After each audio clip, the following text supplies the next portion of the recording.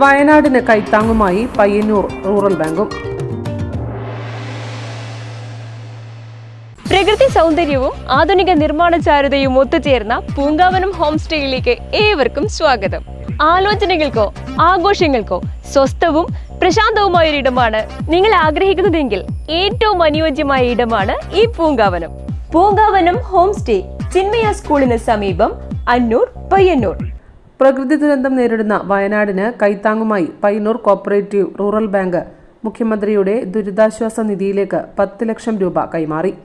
Bank ഹാളിൽ നടന്ന ചടങ്ങിൽ bank president K Gangadharan T I. Madhusoodanan MLAക്ക് ചെക്ക് കൈമാറി. മറ്റ് സഹകരണ സ്ഥാപനങ്ങൾക്കും സ്വകാര്യ സ്ഥാപനങ്ങൾക്കും വ്യക്തികൾക്കും സന്നദ്ധ സംഘടനകൾക്കും തങ്ങളുടെ കർത്തവ്യം എന്താണ് എന്ന് അവരെ ഓർമ്മപ്പെടുത്തുന്നതിനും അവർക്കൊരു മാതൃകയാക്കുന്നതിനും സഹായകരമായ രീതിയിലാണ് റൂറൽ ബാങ്ക് ഈ ദുരന്തം നടന്നതിന് മണിക്കൂറുകൾക്കുള്ളിൽ തന്നെ ഇത്തരമൊരു ശ്രദ്ധേയമായിട്ടുള്ള തീരുമാനം കൈക്കൊണ്ടത്. ബാങ്കിന്റെ നിയന്ത്രണത്തിലുള്ള ആംബുലൻസ് കഴിഞ്ഞ ദിവസം തന്നെ ദുരിതബാധിത പ്രദേശത്തേക്ക് എത്തിയിരുന്നു.